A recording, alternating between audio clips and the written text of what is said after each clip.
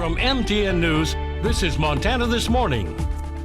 A Montana State coach is facing aggravated DUI charges following an arrest over the weekend. We'll go over the court documents and tell you what the university had to say.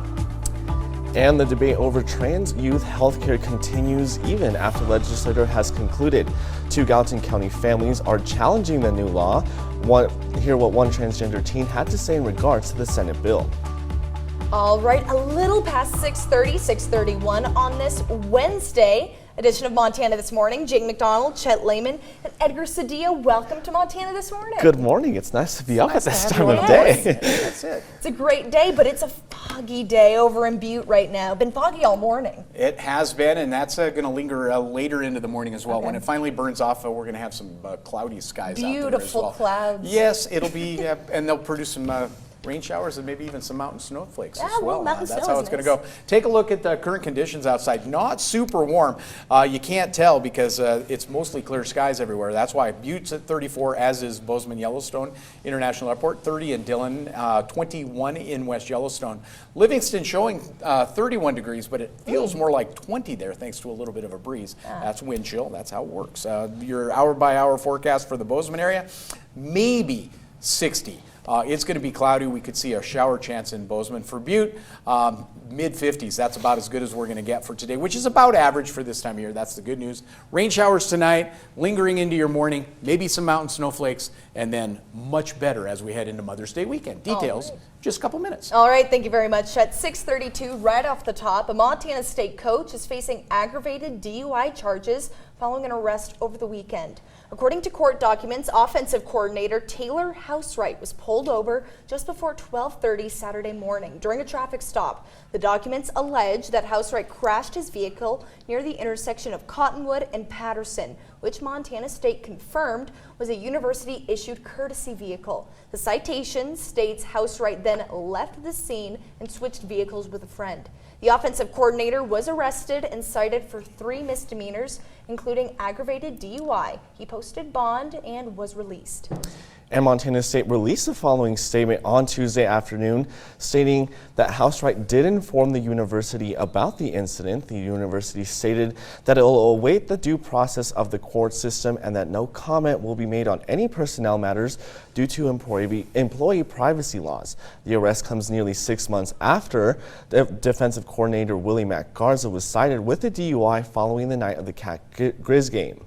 And when a cyber attack occurred at Montana State University on April 19th, 7 members of the Montana National Guard's Defensive Cyber Operations Element responded the next day. The Defensive Cyber Operations Element assisted with helping to identify and mitigate additional vulnerabilities. The team was able to isolate the threat to prevent further spread of the attack to other systems and identify the source of the attack. And we asked the university for a statement, and a university spokesperson says that the university is grateful for the assistance of the National Guard. The University Information Technology team says it continues to make progress restoring campus services. MSU says the investigation into the incident is still ongoing. And switching gears now, 2 Gallatin County families are challenging a new law preventing gender-affirming care for transgender youth. Governor Greg Gianforte signed Senate Bill 99 last month, and the law bans health care for transgender youth such as puberty blockers and hormone treatment. It's scheduled to go into effect on October 1st. But plaintiffs in the lawsuit say that the law violates their constitutional rights under the Montana Constitution, under the equal right to protection and the rights of parents to direct the upbringing of their children. The plaintiffs' families are from Belgrade and Bozeman.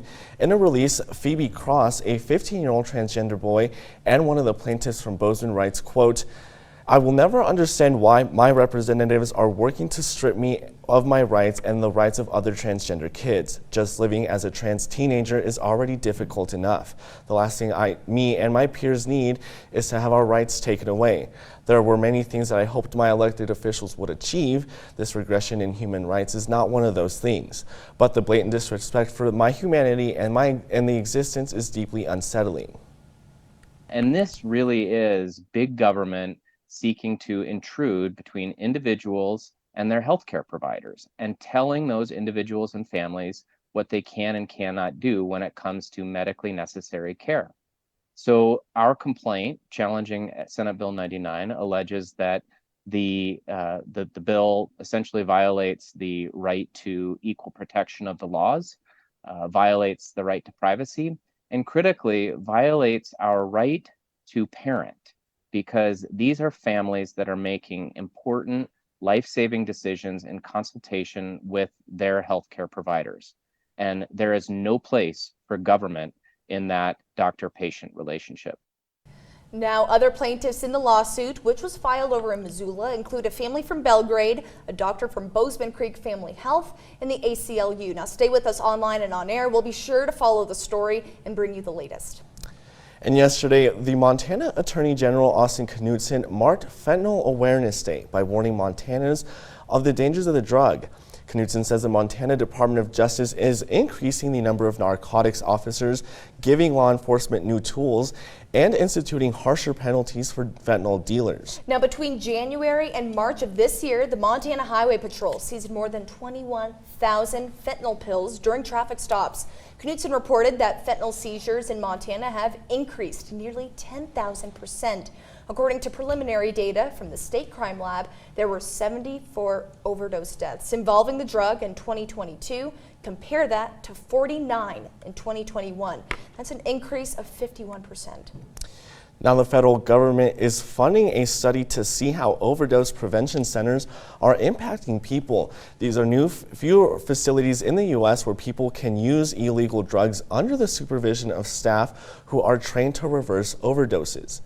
Now, the nearly $6 million study is the first of its kind in the country and will be conducted over 4 years. Overdose prevention centers have struggled to gain widespread support over concerns that they enable drug use.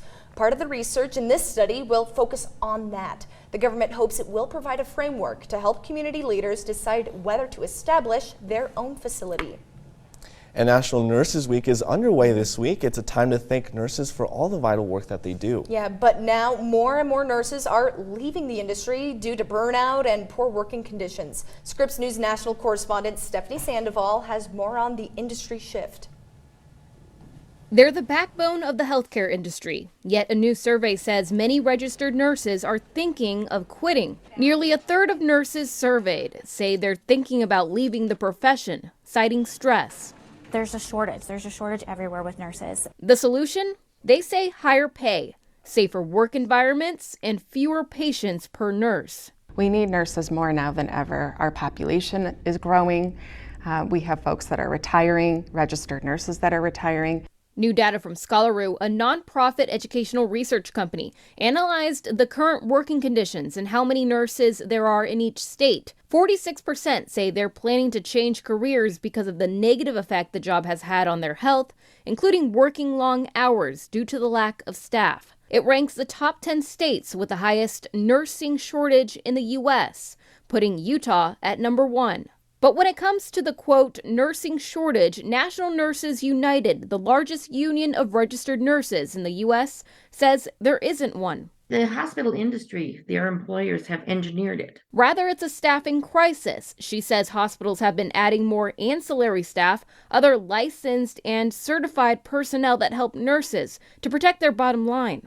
But that doesn't mean that if you have more of them, you can cut down on the number of registered nurses. It doesn't work that way. It's been happening even before the COVID-19 pandemic. It's a constant struggle to get them to not try to replace us with non-registered nurse personnel. But it isn't going to help the situation that we're in now when there are enough registered nurses in this country, but they're refusing to hire them because it affects their bottom line. Data from the National Council of State Boards of Nursing shows there are close to 1 million nurses with active RN licenses who are not working as a nurse in the U.S. Ross says poor working conditions are driving nurses away, affecting quality of care for patients. Our goal is not to just keep people from dying. It's to have them well, to leave better than when they came in. Stephanie Sandoval, Scripps News.